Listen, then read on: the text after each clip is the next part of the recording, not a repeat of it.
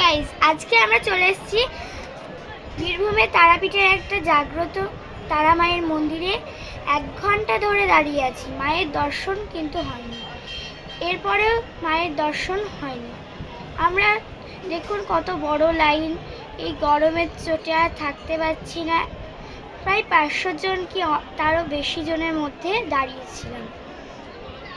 শেষে আপনাদেরও মায়ের দর্শন করাবো। দেখতেই পাচ্ছেন এখানে কত দোকান, কিছু অনেক ফুল। আমরা সপরিবারে গেছিলাম। এখানে মিঠাই, মন্ডা, প্যাড়া ইত্যাদি বিক্রি হচ্ছিল। আর দেবো না।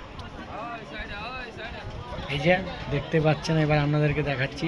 এই যে এবার দেখতেই পাচ্ছেন আপনারা, আমরা মায়ের মন্দিরে আস্তে আস্তে ঢুকেই চলেছি। এই যে মায়ের মন্দির। এবার আমাদের কতক্ষণ লাইন দিতেই হবে।